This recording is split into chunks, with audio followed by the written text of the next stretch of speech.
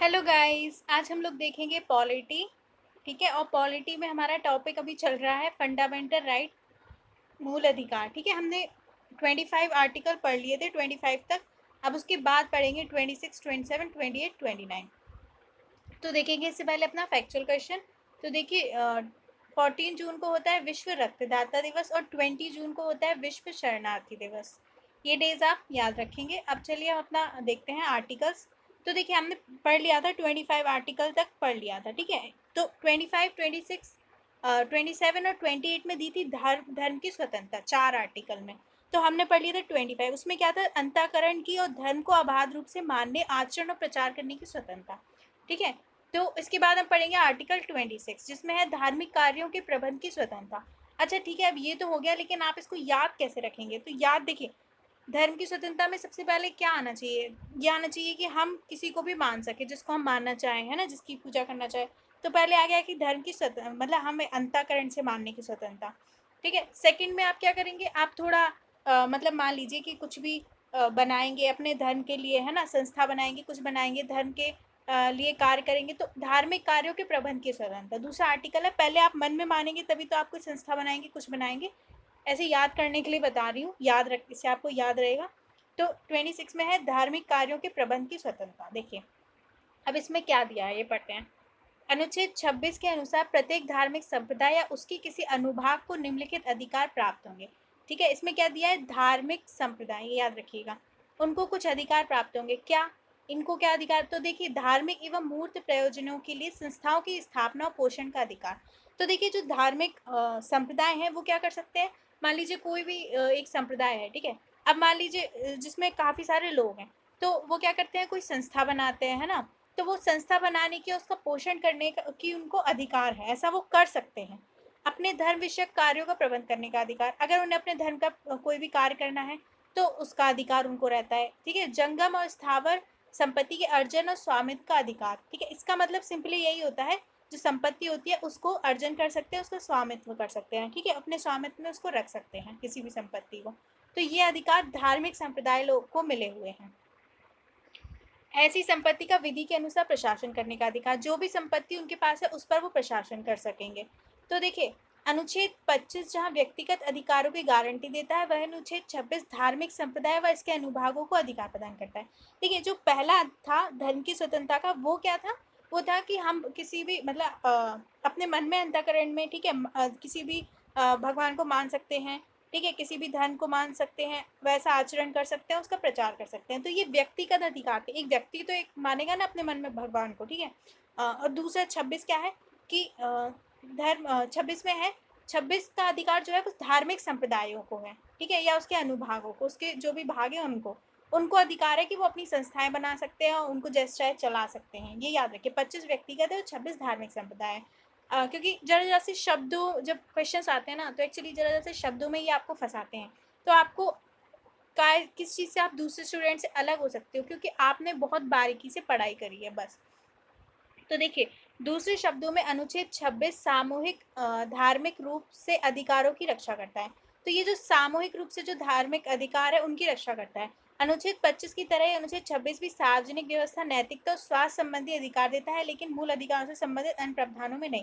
ठीक है, तो अगर उनको ये अधिकार है तो ये यहाँ तक है कि सार्वजनिक व्यवस्था बनी रहे, नैतिकता बनी रहे, स्वास्थ्य मतलब इतना चीज़ों का ध्यान रख के ये इनको मिल सके, ये अधिकार हैं। इसके बाद देखेंगे उच्चतम न्यायालय ने व्यवस्था दी है कि धार्मिक संप्रदायों को 3 शर्तें पूरी करनी होंगी। जो भी धार्मिक संप्रदायों को है, ठीक है, लेकिन उनको 3 क्या है, शर्तें भी हैं उनके लिए। वह व्यक्तियों का समूह होना चाहिए जिनका विश्वास तंत्र उसके अनुसार उनकी आत्मिक तुष्टि के लिए अनुकूल हो। तो ये क्या है, व्यक्तियों का समूह होना चाहिए। सेकंड है इनका एक सामान्य संगठन होना चाहिए और तीसरा इनका एक विशिष्ट नाम होना चाहिए। देखिए धार्मिक संप्रदाय का मतलब ऐसा नहीं कुछ भी हो, उनका एक नाम हो, उनका एक संगठन हो और उसमें व्यक्तियों का समूह हो, तब वो कहलाएगा धार्मिक संप्रदाय। उपरोक्त मामले के अंतर्गत उच्चतम न्यायालय ने व्यवस्था दी है कि रामकृष्ण मिशन और आनंद मार्ग हिंदू धर्म के अंतर्गत धार्मिक संप्रदाय हैं। ये क्या है, लेकिन उच्चतम न्यायालय ने यह भी कहा था कि अरबिंदो सोसाइटी धार्मिक संप्रदाय नहीं है। तो ये भी बताते हैं इन तीनों के आधार पर कौन धार्मिक संप्रदाय में आएगा, कौन नहीं आएगा। ठीक है, तो फिर से रिपीट करते हैं, आर्टिकल 25, 26, 27, 28 धर्म की स्वतंत्रता थी। ठीक है, ऐसे मान लीजिए आप 25 के हुए तो आपने सोचा कि हम भगवान को अपने मन में मानते हैं, याद करने के लिए बोल रही हूँ, ऐसा कुछ नहीं है। फिर आप 26 के हुए तो आपको लगा कि नहीं हमें अपने धर्म के लिए कार्य करने चाहिए, है ना, धार्मिक संप्रदाय बनाना चाहिए, तो वो आ गए 26 में। फिर आप 28 के हुए तो आप देखिए 28 में क्या है, पहले 28 पढ़ लेते हैं। धर्म की अभिवृद्धि के लिए करों के संदाय से स्वतंत्रता। देखिए इसका मतलब क्या है। अनुच्छेद 27 में उल्लिखित है कि किसी भी व्यक्ति को किसी विशिष्ट धर्म या धार्मिक संप्रदाय की अभिवृद्धि या पोषण में व्यय करने के लिए करों के संदाय हेतु बाध्य नहीं किया जा सकता। मतलब ऐसा है कि जो हमारी सरकार है ना, वो क्या कर सकती है, किसी एक विशेष धर्म के लिए उसको बढ़ाने के लिए लोगों से कर नहीं ले सकती, है ना, टैक्स नहीं ले सकते धर्म के नाम पे। धर्म या धार्मिक संप्रदाय को बढ़ाने के लिए, उसकी वृद्धि करने के लिए, पोषण के लिए क्या कर सकती है, वो लोगों से कर लेने को लोगों को बाध्य नहीं कर सकती, उनसे टैक्स नहीं ले सकती। क्योंकि देखिए हमारी सरकार जो है, हमारा धर्मनिरपेक्ष है, ठीक है, पंथ निरपेक्ष। तो इसका मतलब ये है कि वो सब, ऐसा नहीं है कि वो अमेरिका की तरह नहीं है कि वो मतलब धर्म में हस्तक्षेप नहीं करेगी। इसका मतलब है कि वो सभी धर्मों को बराबर वो देगी, मतलब इक्वालिटी उनमें भी रहेगी, है ना, ऐसा है। किसी एक धर्म पे वो नहीं करेगी, उसको नहीं बढ़ाएगी सरकार। तो देखिए, तो इसीलिए ये इस तरीके से है हमारा। तो इसी वजह से दिया हुआ है कि करो, धर्म धर्म के लिए कर नहीं ले सकती, ठीक है, कर देने को बाध्य नहीं कर सकती। दूसरे शब्दों में, राज्य कर के रूप में एकत्रित धन को किसी विशिष्ट धार्मिक उत्थान और रखरखाव के लिए व्यय नहीं कर सकता। अब देखिए राज्य ने क्या किया, टैक्स लिया लोगों से, है ना, टैक्स लिया, लेकिन मान लीजिए किसी विशिष्ट धार्मिक उत्थान या रखरखाव में उसको व्यय कर दिया। तो देखिए टैक्स तो सब दे रहे हैं, तो एक तरीके से ये चीज़ सही नहीं है ना, इसलिए ये इसमें नहीं है। ये व्यवस्था राज्य को किसी धर्म का दूसरे के मुकाबले पक्ष लेने से रोकता है। मैंने आपको बताया ना कि हमारा जो है धर्मनिरपेक्षता वो इस तरीके की है कि सरकार ना सब धर्मों को एक साथ लेके चलेगी, किसी एक को बढ़ावा नहीं देगी। तो इसलिए क्या है, ऐसा प्रावधान रखा गया है कि एक धर्म के मुकाबले दूसरे को सरकार ज़्यादा वो नहीं दे सकती है, मतलब उसके पक्ष में नहीं रह सकती है। इसका अर्थ यह हुआ कि करों का प्रयोग सभी धर्मों के रखरखाव व उन्नति के लिए किया जा सकता है, किसी एक धर्म के लिए नहीं कर सकते, ठीक है, सभी धर्मों के रखरखाव व उन्नति के लिए कर सकते हैं। यह व्यवस्था केवल कर की उगाही पर रोक लगाती है, ना कि शुल्क पर, ठीक है। अब देखिए शुल्क ले सकती है, फीस ले सकती है, टैक्स नहीं ले सकती, है ना। फीस का क्या होता है, फीस क्या होता है, फीस जब लेते हैं जब कोई सेवा दे रही हो सरकार, है ना, कोई मान लीजिए कि सरकार ने कोई व्यवस्था करी है कहीं धार्मिक जगह है उधर पहुंचने के लिए, है ना, मान लीजिए सरकार ने अपनी, बिल्कुल ऐसी एग्जाम्पल दे रही हूँ, ऐसा कुछ है नहीं, एग्जाम्पल देने के लिए समझा रही हूँ कि मान लीजिए उसने बसें लगाई हैं सरकारी, अगर वो उधर पे जाने के लिए फ़ीस ले सकती है लोगों से जो उस जगह जा रहे हैं, ठीक है, तो उन्हीं लोगों से फ़ीस लेगी ना, टैक्स नहीं ले सकती लेकिन फ़ीस ले सकती है। टैक्स देखिए हर किसी से लिया जाएगा, लेकिन इसलिए टैक्स नहीं लिया जा सकता। ऐसा इसलिए क्योंकि शुल्क लगाने का उद्देश्य धार्मिक संस्थानों पर धर्मनिरपेक्ष प्रशासन के पक्ष में नियंत्रण लगाना है। तो शुल्क लगाने का उद्देश्य क्या है, जो धार्मिक संस्थान है उन पर धर्मनिरपेक्ष प्रशासन के पक्ष में नियंत्रण है, ठीक है।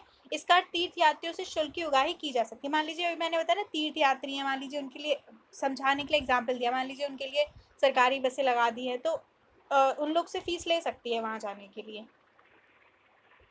ताकि उन्हें कुछ विशेष सुविधाएं एवं सुरक्षा मुहैया कराई जा सके। तो इसी तरह धार्मिक कार्यकलापों उनके खर्च के नियमितीकरण पर भी शुल्क लगाया जा सकता है। तो देखिए सरकार क्या है, शुल्क लगा सकती है, कर नहीं ले सकती धर्म के नाम पे। देखिए आपको बिल्कुल बारीकी से समझा रही हूँ ताकि आपको क्वेश्चंस में गड़बड़ ना हो जाए, इसीलिए इतना डिटेल में हम बता रहे हैं। तो 25 में था कि हमें 25 में क्या था, अपने मन में मतलब बोलिए, अभी मुझे सुनाई नहीं देगा बट आपको याद हो जाएगा आप बोलेंगे तो बोलिए, अपने मन में बताइए कि बोल के ही बता सकते हैं, मुझे कौन सुनाई दे रहा है, कि आर्टिकल 25 में क्या दिया हुआ है कि हम अंतःकरण से धर्म को मान सकते हैं। 26 में क्या दिया था कि हम धर्म के लिए कार्य कर सकते हैं। 27 में दिया था कि सरकार जो है वो शुल्क ले सकती है, टैक्स नहीं, ठीक है। 4 में है धार्मिक शिक्षा में उपस्थित होने की स्वतंत्रता। तो देखिए क्या है, आर्टिकल 28 के अंतर्गत राज्य निधि से पूर्णता पोषित किसी शिक्षा संस्थान में कोई धार्मिक शिक्षा ना दी जाए। देखिए अब हमारा इंडिया इतनी डाइवर्सिटी है, इतने धर्म है, इतने रिलीजियन है, तो अगर मान लीजिए कि किसी स्कूल में एक ही धार्मिक शिक्षा दी जा रही है, लेकिन अब बाकी लोग तो दूसरे रिलीजियन के हैं ना, तो अगर कोई भी इंस्टीट्यूट, कोई भी शिक्षा संस्थान, अगर राज्य मतलब उसको फंड दे रहा है, पैसा दे रहा है, राजनिधि से वो चल रही है, तो उसमें धार्मिक शिक्षा नहीं दी जाएगी, ऐसा है। क्योंकि राज्य क्या कर रहा है, धर्मनिरपेक्ष होकर चल रहा है ना, किसी एक धर्म को नहीं वो देगा ज़्यादा प्रेफरेंस, वो सारे धर्मों को समान लेकर चलेगा अगर कार्य करेगा तो, सभी धर्मों के लिए। तो क्या है कि इसलिए राज्य जो भी फंड दे रही है, उसके फंड से जो भी शिक्षा संस्थान चल रहे हैं वहाँ पर धार्मिक शिक्षा नहीं दी जाएगी। हालांकि ये व्यवस्था उन संस्थानों में लागू नहीं होती जिनका प्रशासन तो राज्य कर रहा है, लेकिन उनकी स्थापना किसी विन्यास या न्यास के अधीन हुई है। तो अगर देखिए इनकी स्थापना किसी विन्यास या न्यास के अधीन हुई हो तो उसमें ऐसा नहीं होगा, उसमें दे सकते हैं। राज्य से मान्यता प्राप्त या राज्य निधि से सहायता पाने के लिए शिक्षा संस्था में उपस्थित होने वाले किसी व्यक्ति को ऐसी संस्था में दी जाने वाली धार्मिक शिक्षा या उपासना में भाग लेने के लिए उसकी अपनी सहमति के बिना बाध्य नहीं किया जाएगा। ठीक है, अगर देखिए राज्य से मान्यता मिली है या राज्य निधि से सहायता पाने वाली शिक्षा संस्थान है, तो उसमें अगर कोई व्यक्ति है तो अगर उसमें कोई धार्मिक शिक्षा दी भी जा रही है, ठीक है, तो उसको बाध्य नहीं किया जा सकता कि आप जबरदस्ती उसको ले ही लें। अवयस्क के मामले में उनकी संरक्षक की सहमति की आवश्यक होगी। अगर मान लीजिए कोई छोटा बच्चा है तो उसके लिए क्या है, उनके पेरेंट्स की परमिशन होनी चाहिए। इसके तहत अनुच्छेद 28 4 प्रकार की शैक्षिक संस्थानों में विभेद करता है। देखिए पहला दिया ऐसी संस्था जिनकी पूरी तरह रखरखाव राज्य करता है। देखिए कुछ इंस्टीट्यूट होते हैं जिनको पूरी तरह जो है हमारी गवर्नमेंट देखती है, राज्य देखता है। ऐसी संस्था जिनका प्रशासन राज्य करता है लेकिन उनकी स्थापना किसी विन्यास या न्यास के तहत हुई है। देखिए प्रशासन कौन कर रहा है, राज्य, लेकिन स्थापना किसके तहत हुई है, विन्यास या न्यास के तहत। तीसरे इसमें दिया है राज्य द्वारा मान्यता प्राप्त संस्थान। ठीक है, ऐसी संस्था जिनको राज्य के द्वारा मान्यता प्राप्त है। चौथी कैटेगरी दी बता रही हो भी, ऐसे संस्थान जो राज्य द्वारा वित्त सहायता प्राप्त कर रहे हो। तो कुछ ऐसे इंस्टीट्यूट होंगे जहाँ से उनको राज्य से क्या वित्त सहायता मिल रही होगी। तो देखिए प्रावधान 1 में धार्मिक निर्देश पूरी तरह प्रतिबंधित है। तो देखिए ऐसे संस्थान जो पूरी तरह राज्य चलाता है उनमें आप धार्मिक शिक्षा बिल्कुल नहीं दे सकते। ठीक है, क्योंकि राज्य ये नहीं कर रहा है। जबकि 2 में धार्मिक शिक्षा की अनुमति है, लेकिन अगर प्रशासन राज्य चला रहा है लेकिन उसकी स्थापना किसी ट्रस्ट उसके अधीन हुई है तो धार्मिक शिक्षा दे सकते हैं। और तीसरे और चौथे जो प्रकार है में स्वैच्छिक आधार पर धार्मिक शिक्षा की अनुमति है। लेकिन देखिए अगर राज्य द्वारा मान्यता प्राप्त संस्थान है, ये राज्य द्वारा वित्त सहायता मिल रही है, तो उसमें क्या है कि जो धार्मिक शिक्षा की अनुमति है, ठीक है, लेकिन बाध्य नहीं कर सकते, ये ध्यान रखिएगा।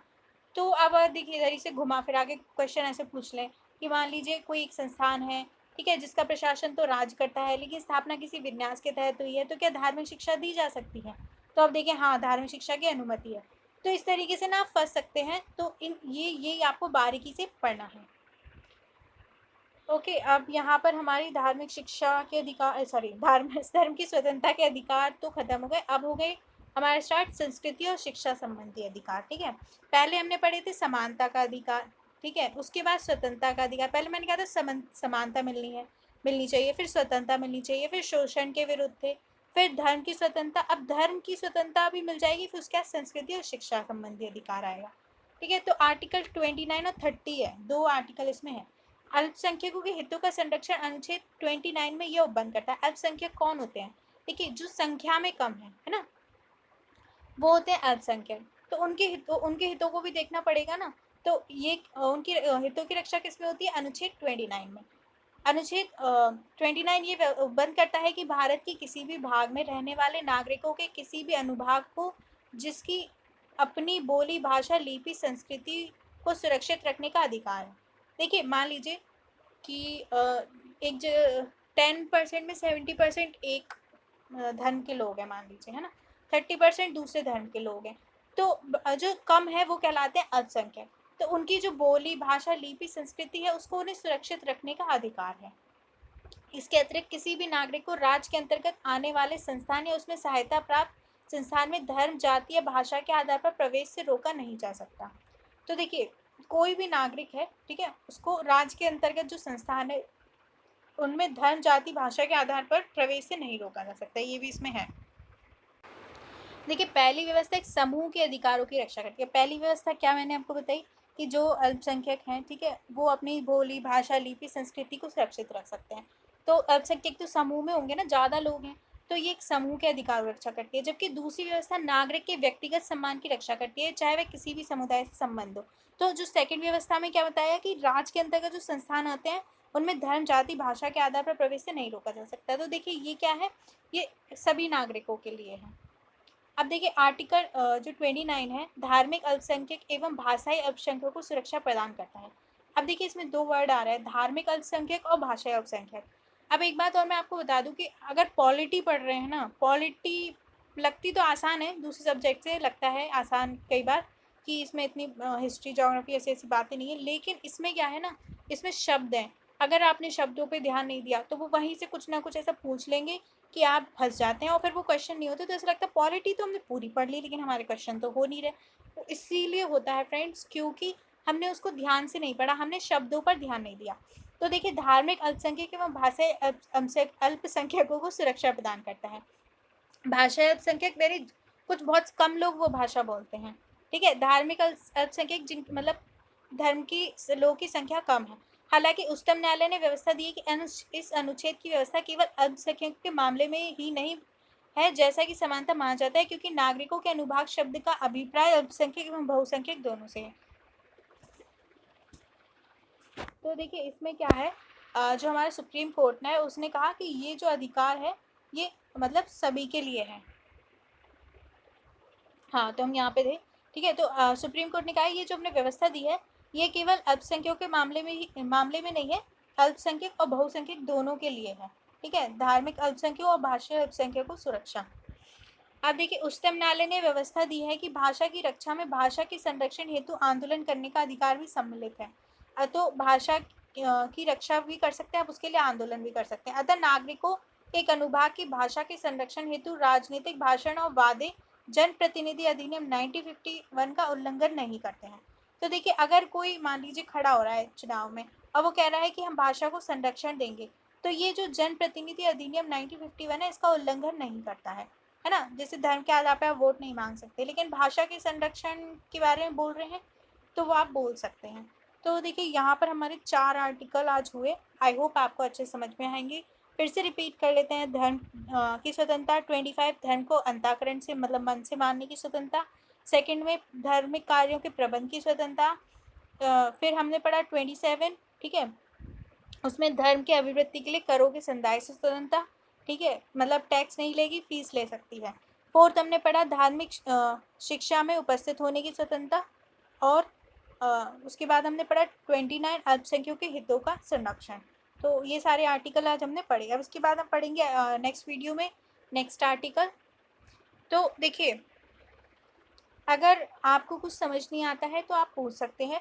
मेरा पर्पज़ ये रहता है कि मैं आपको बहुत अच्छे से समझाऊं, एग्ज़ाम ओरिएंटेड पढ़ाऊं। और देखिए मेरे वीडियोस में आपको कोई फालतू चीज़ नहीं मिलेगी, मतलब कि आप ये सब्सक्रिप्शन लीजिए, ये सब्सक्रिप्शन लीजिए, ये करिए वो करिए।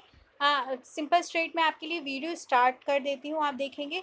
और मेरे वीडियो मतलब मुझे पता है कि स्टूडेंट्स का टाइम बहुत उनके लिए कीमती होता है, तो मतलब बहुत ज़्यादा देर के 1-2 घंटे के वीडियोस नहीं बनाती हूँ मैं, ज़्यादा चीज़ों को कम टाइम में कवर करने की कोशिश करती हूँ, ठीक है, ताकि आपका टाइम बचे। ये मैं इसलिए मैं काफ़ी स्टूडेंट्स के बारे में सोच के वीडियो बनाती हूँ। तो अगर आपको अच्छे लगते हो तो इनको प्लीज़ लाइक्स, शेयर्स, कमेंट और क्या बोलते हैं सब्सक्राइब ज़रूर कर दीजिएगा। Thank you. Have a nice day.